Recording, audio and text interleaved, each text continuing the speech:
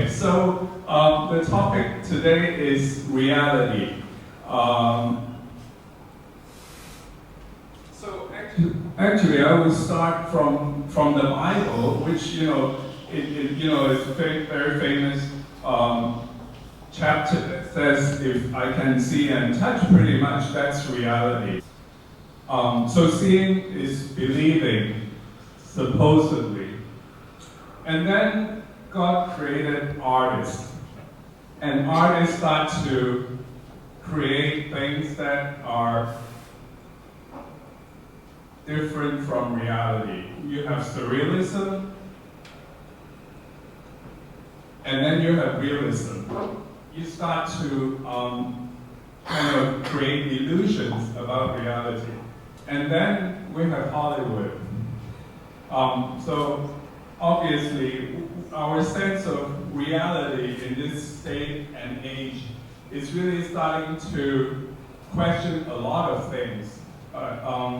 What we see might not be real, basically.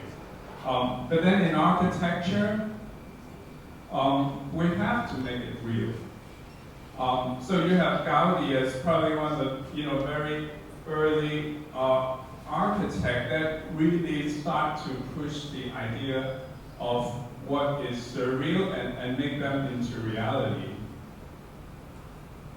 And then more recently, you have all the architects who start to create things that are, visually very kind of innovative and almost define gravity. But then, as architects, we have to make these into reality. Clients are always looking for wow factors, but then architects and designers have to make them real. So I'm just going to go through a few of my projects to kind of, they're not as fantastic as some of the things you've seen earlier, but basically, we have to make something that we dream up into reality. So this was a bamboo construction I did in 2011. So it's made out of bamboo and lanterns. And the challenge is we have to kind of make this very large cantilever structure out of bamboo. It was for the Mid-Autumn Festival, and it was for about 2 weeks on display at Victoria Park, and then it was taken down. And then closer to here, we also work on this project, East Hotel, where in a way for hotel design, we have to create this kind of also, a way of escaping reality for travelers to be somewhere else, to experience something that they don't expect. So clients oftentimes want us to do something that is quite out of the ordinary. So every spec is almost like we want a wow factor.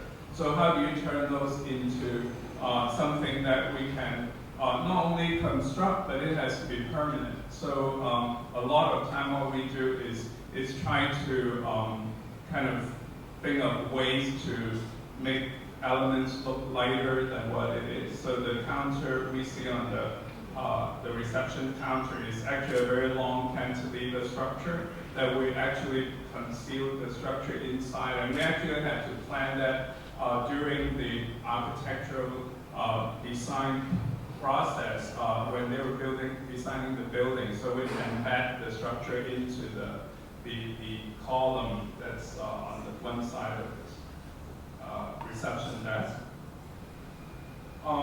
Then I have the pleasure to work in Singapore for Marina Bay Sands.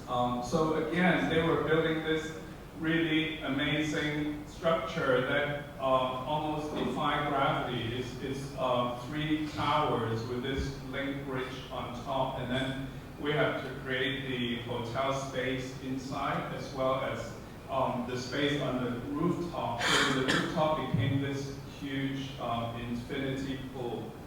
So technically, it has to come from a concept, but then the concept has to be developed. The pool on the top actually has like 3 expansion joints, building expansion joints. So in order to make the water seem continuous, there was a lot of engineering that has to be kind of coordinated with the design to make that into reality. And then the bottom of the 3 towers is this continuous, very grand hotel lobby that's about 6,000 meters square, one continuous space. And then one side of it is a sloping structure. So again, structurally, it's a very challenging project. And then we have to then plan the spaces of the hotel reception and the F&B and all the hotel facilities inside the big space, plus with kind of greenery and vegetation to humanize the space. So the whole process was really kind of very challenging, and you know, until the opening, it's hard to predict how it would actually turn out to be. So this is that large infinity pool. So you can see the water surface is continuous, but actually there were 3 huge, like major building expansion joints concealed under the water surface. More recently, we finished the Park Lane Pulman Hotel at Causeway Bay. So this was if you remember the hotel, it's a hotel from the 1980s. It's kind of was very kind of tired after many years, and then they came under the management of Pulman. So it warranted a complete renovation of the lobby public space. So we did this renovation while the hotel was in operation. So it took kind of 3 staging to complete the renovation of the lobby.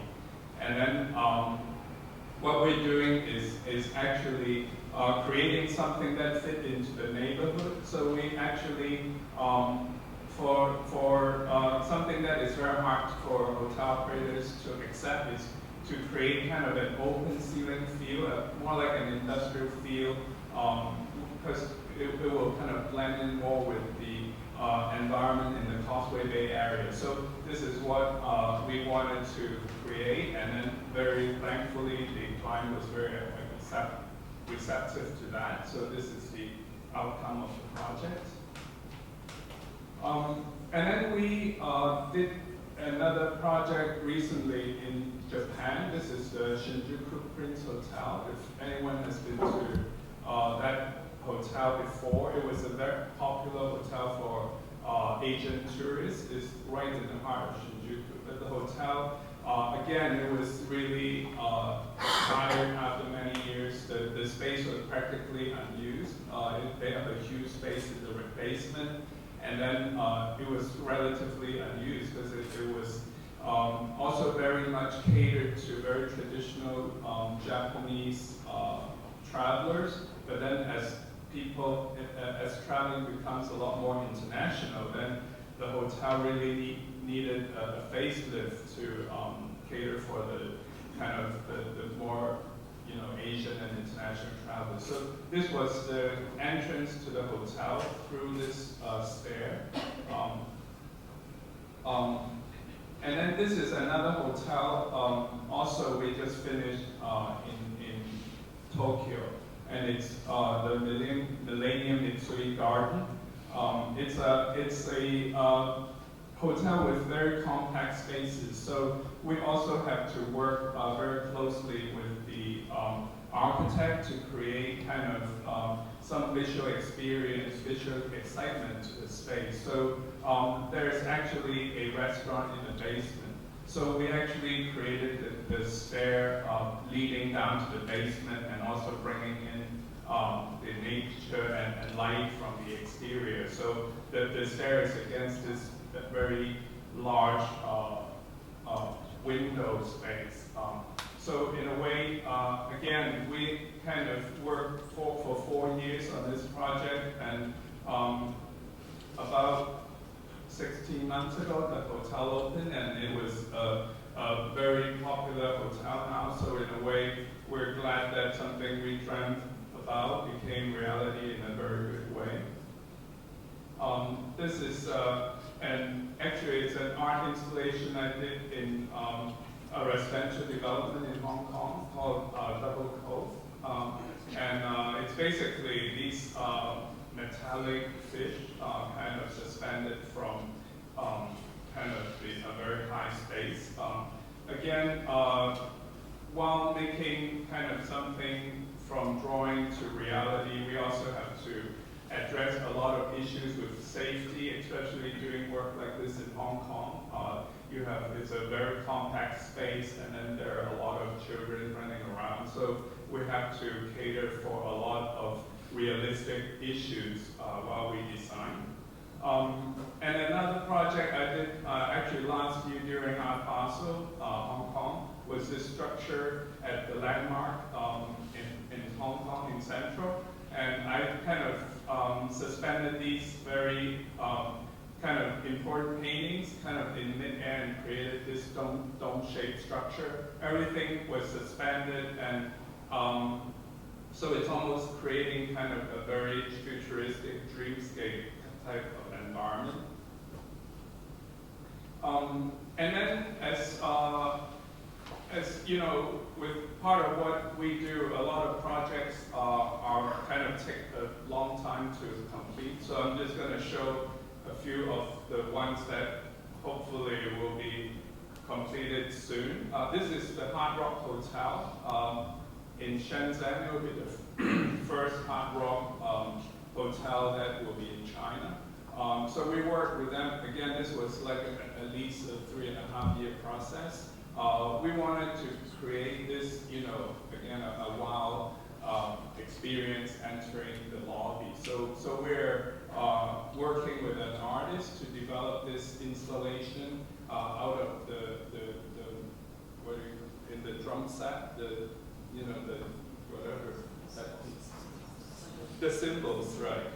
So we're creating this dragon out of symbols. So we don't know whether this will be reality or not, so hopefully it will. Another project in Bangkok we're working on is the Gason Plaza. It's, anyone familiar with Bangkok, it's a very popular shopping area. So they're expanding into Gason 2, which will be an office building, and also with a retail podium. So we're creating the interior for, on the left side is part of the retail area, the shopping area, with this cocoon element that would become a symbol of the whole development. And then on the right-hand side, you see, actually it's the left-hand side. On the left-hand side is actually the office portion. They will create kind of like a sky lobby that will be a club for the office tenants. So in a way, it's kind of an interesting concept. Hopefully, this will also be complete by the end of next year. And that is also, to me, is probably one of the most important projects in my career so far. It's a building I'm doing in Hong Kong, in Central. So in a way, I mean, it is almost a dream project. We actually do mostly interior work. So for somebody to trust us with an architectural project, and it's right in the heart of Central. It's on Queens Road Central and Pottinger Street at the intersection. The site was a much smaller site, so they enlisted us to do the design, and then it became a bigger site. So we actually got lucky. For the size of the site, probably a lot of architects would really want this project, and because it started at a smaller site, they gave it to us. And not only did we get the project, but we also managed to work with the client and create something quite different. It's going to be a building for mainly art galleries and also for F&B. So it will be 2/3 galleries and 1/3 F&B. So it is actually designed so we can move large pieces of artwork into the building. through the back, we can open the curtain wall, pretty much like this balcony. We can create very large opening. And also to be able to have a client who kind of agree to the concept, because it is in a way a bit unusual, because you would expect office buildings in Central. But this we have a very unusual program. We actually also start to think about the user, and the user happen to be people that I'm very familiar with, art galleries and artists. So in a way, it's really different parts of my career and my hobby really coming together in this project. So myself as an architect, an artist, and a collector, which was made. Actually, I had to blame Alan for. I visited his office many years ago, and then I thought, oh, if Alan can do this crazy thing about accumulating all these things, then why can't I? So I started collecting at that time. So I hope that this project will become a reality for me. We only have to wait one more year. The building is definitely going to be reality. To fill it properly with the right tenants is something that maybe a lot of time we don't think of until the building is finished, but we're already planning it. Hopefully, within a week or two, we would have some major galleries signing up in the building, and then others will follow. So hopefully, by this time next year, this will become my reality. So I think that's it. Thank you very much.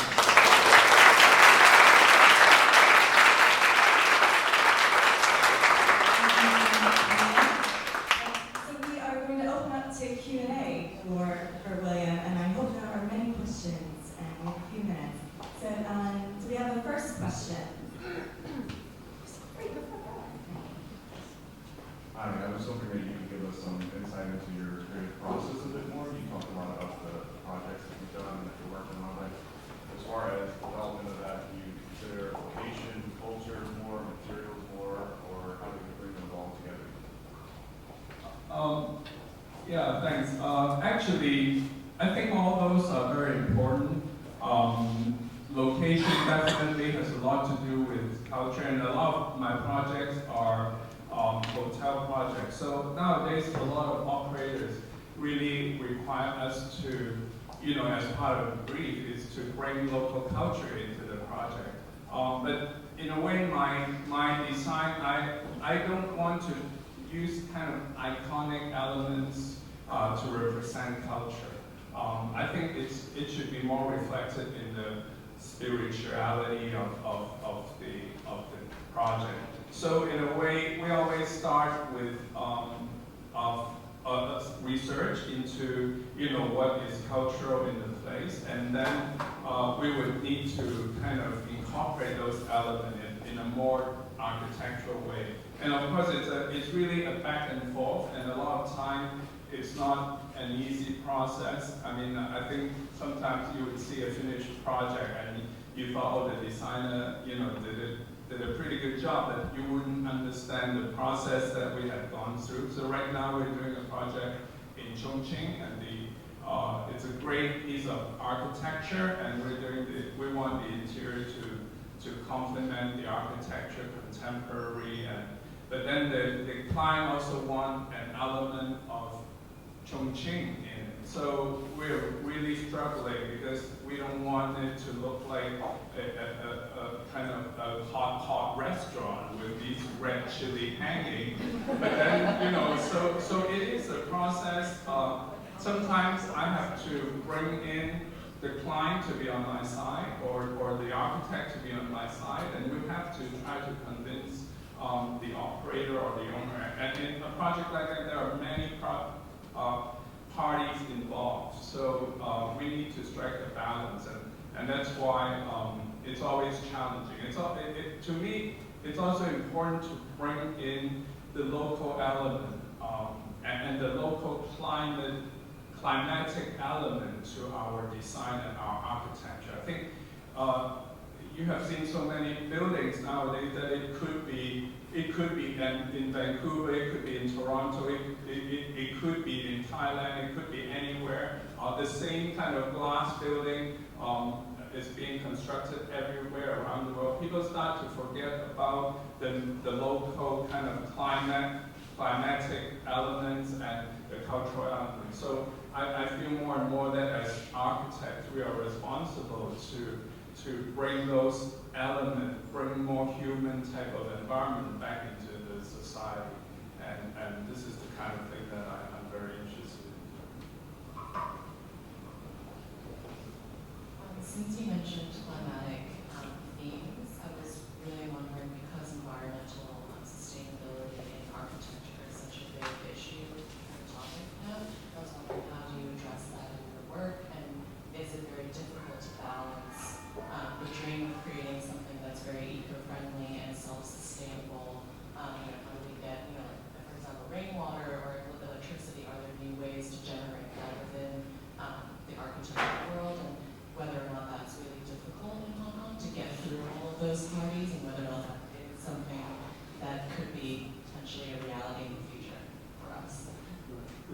Well, I think that has to come step by step, and I think there are a lot of developments that are more conscious about the environment nowadays. A lot of developers are looking at like the LEED certification, which means that you have to fulfill certain environmental issues to be able to get that certification. I think it's a long process because it doesn't just come from the developer, it has to come from also the government. I heard that, like with the recycling bottles, but you can recycle it, but they don't have places to treat them. So it is, it has to be more a universal solution rather than a local solution. But there are, as an architect, I kept, thinking that there are more we can do, and I think step by step we can make that happen. But then there are also things that are so deeply rooted in the way that we're used to doing things. We're used to going into an office with no openable window, and then we're used to blasting the air conditioning.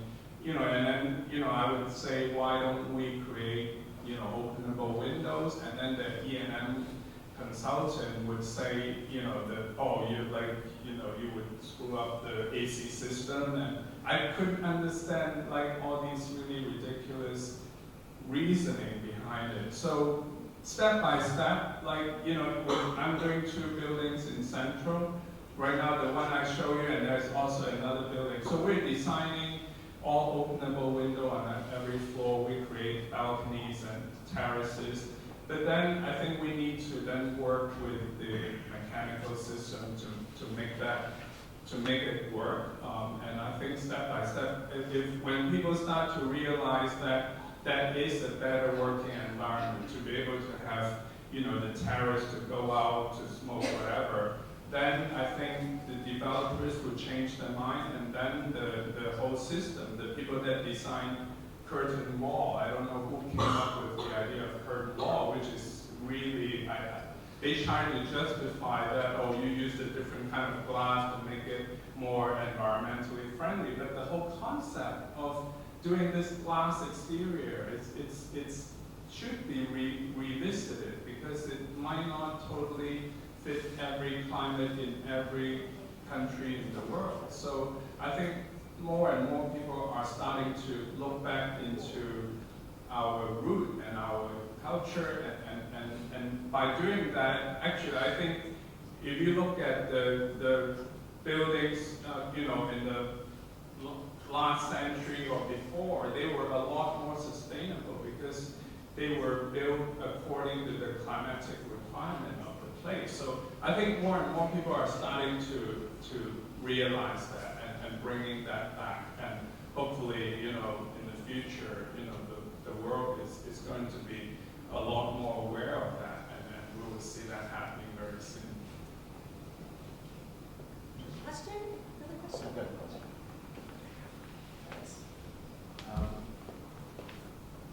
Your project that you've shown us, HQ,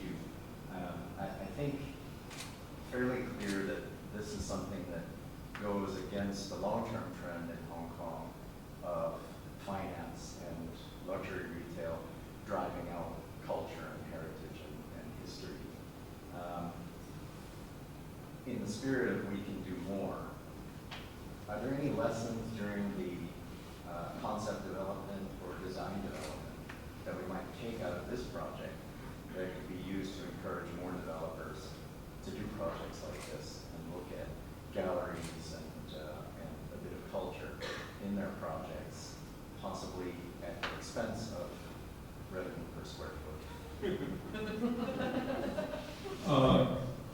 Well, I would say that the revenue per square foot is probably in the back of all developers' mind. And for any kind of publicly listed company, they would kind of never entertain the idea of not maximizing their value. But I would think that, and for the same reason, if I'm doing a hotel, I think also the revenue would be in the top of the owner's mind. But I think to be able to turn that into something that is both profitable and also it can kind of change the environment and benefit a lot more people, I think that is office buildings in Central. Whereas if you make a building that has a special concept behind it, be it gallery, be it, car showroom or whatever, if you make something with a concept, then you stand out, against the other competitors, and that is how I rationalize it, and the owner is very receptive to that. And I would think that in a way people always worry about a downturn, but I find that with every downturn, the development tends to be a lot more intelligent. People have to think a lot more about what they do. I think the downturn in China, in a way, also bring about more sensible development, that you don't just keep build, that you have to think of what you're building. I think a lot of time previously, I think people just don't think enough about what they're building. As a result, you would go see, in some remote parts of Hong Kong, and you would see residential building with a huge shopping mall at the bottom. And it seems like that's the mode for development. They don't really think about whether the malls would be used or not. And as a result, that is detrimental to the environment. You have these built up, spaces which nobody uses. So I think maybe instead of telling them to have less revenue, is how to make the best use of the space to generate better revenue. So that would be my approach. Other question? Hi, you've mentioned that your clients are always asking for wow factors for projects. So I wonder how you strike the balance with creating something timeless. Well, actually, I feel that timeless doesn't mean that it has to be boring. It doesn't mean that it has to be safe. If you remember Felix at the Peninsula, that's probably been here for almost 30 years. It is still timeless, and it is still a very good design. So I think good design can become timeless.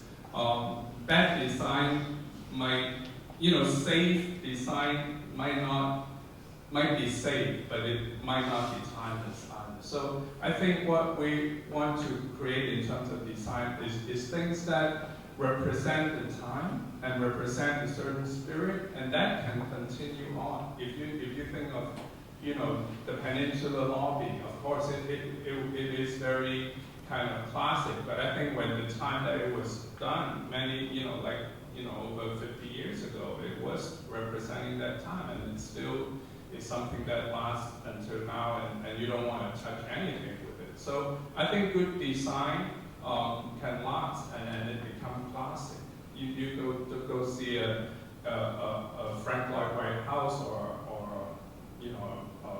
Corbusier house. It's timeless, but at the time it was the most innovative thing that could have happened. So I think innovation and timelessness doesn't contradict each other.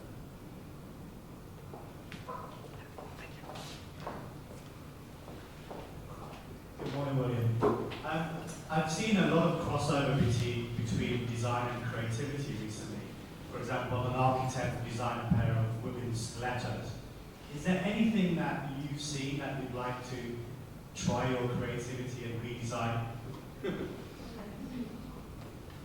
It's a good question. I don't know if I want to design stilettos. I always think that is such an amazing piece of engineering. And I'm more intrigued by, you know, when I see a product, it's like how it's made. How can they make this weight into this tiny point and still make it work? So for me, I like to design things that I haven't done before. It doesn't really have to be clothing or fashion, but I think I'll see. I don't, you know, maybe furniture or home products is something that I would like to try out.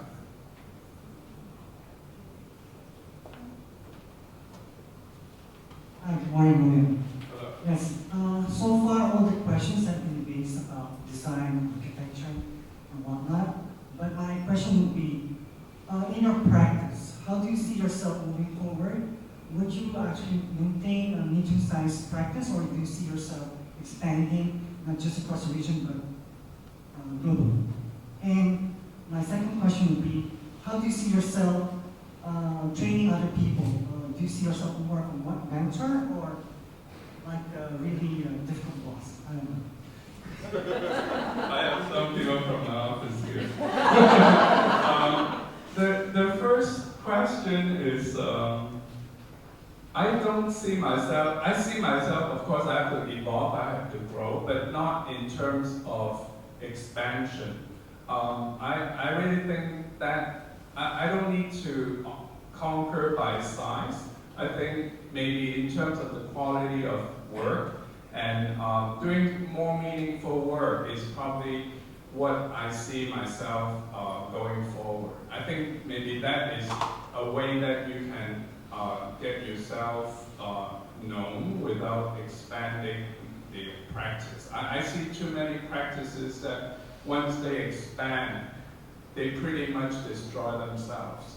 And because they have to get more work, the work becomes more mundane and repetitive. And I don't really want to do that. In a way, I find myself maybe shifting, hopefully, to get better clients, to be more selective. It's not always easy. And client would also understand my work more, so hopefully the matching is better, and by doing that, hopefully getting better projects. So yeah, that's how I see myself growing. In terms of training, I don't know. Maybe I work as I also teach once in a while, and I also practice. So between the two, I think in the office, I think I'm quite authoritative in certain things. As long as it's what I like, you can do whatever you want. So, so I think people that are used to, well, first of all, people have to look at design the same way as I do, and I hope that both as a teacher and as a practitioner, I think it's important. And you have to have clients that look at design the same way you do. And then if you have that in alignment, then I think the rest is not that complicated. I always feel that anyone from very young age to very experienced people, they all have different contribution to a project. So I think that in a way, it's really let those ideas come out and then be cohesive with the entire project. I think it's important. That's about all we have time for, unless there's someone who's desperate to ask a question. We're okay.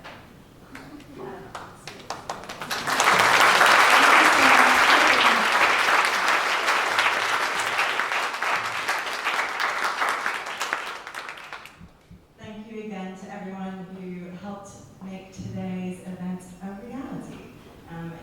hope you thoroughly enjoyed it. Mandy, I'm going to just invite up, we have a few just quick announcements, and we're trying something new, last event and this event, called bulletin boards, so I'm going to let Mandy run with that.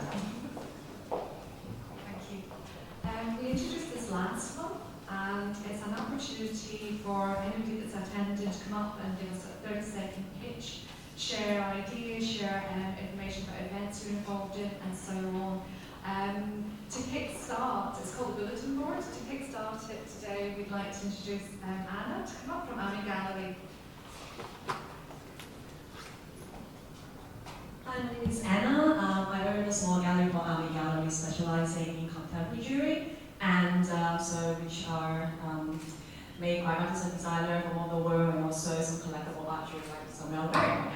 So this week, so today and tomorrow, we have invited a Japanese jewelry designer. We have a small sort of show in my gallery. So if anyone interested in jewelry and something beautiful, please come by, have a look, and yeah, share with us. So thank you.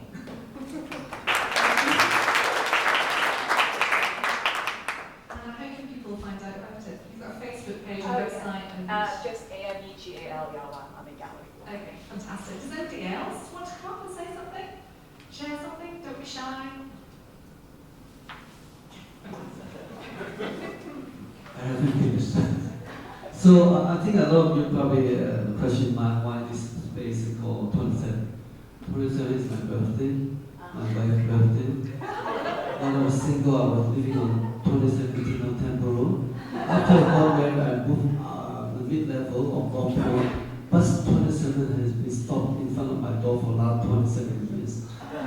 And so 27 is just a dream. I have space 27 here, which is basically an event and art space. And I also have a small gallery in my office, which is across the road, called Gallery 27. We hold different small exhibitions to promote young artists every now and then. Every 3-4 months we have the exhibition. If you want to be on my mailing list, if you come once more. The Garden 27 is a retail space.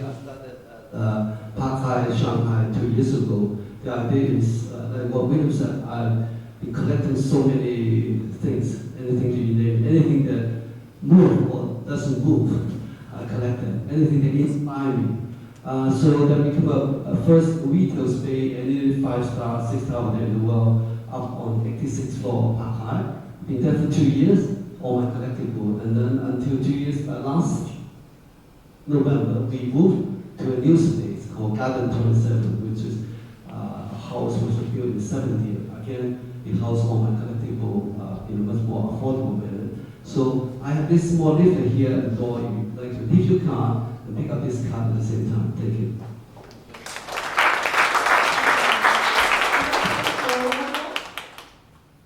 Don't be shy. Okay, so next time if you come along, please feel free. It's 30-second pitch or share some information about projects you're working on or events and so on. We're going to have a competition draw. We have got 3 pairs of tickets for an affordable art fair. Should we hand it to? Yes. Would you like to? I can see the cards, so I try to be fair. Oh. Robert Daney, Mozart.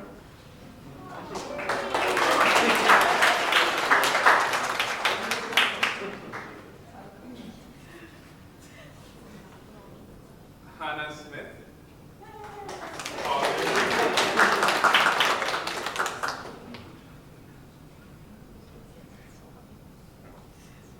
Interface, Angela Hoy.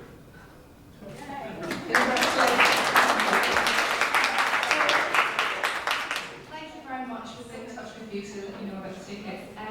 That's it for today. Thank you so much for coming. Our next event is on the 24th of June, and it's at Jeb International, and the theme is broken. We look forward to seeing you next time. Thank you so much for coming.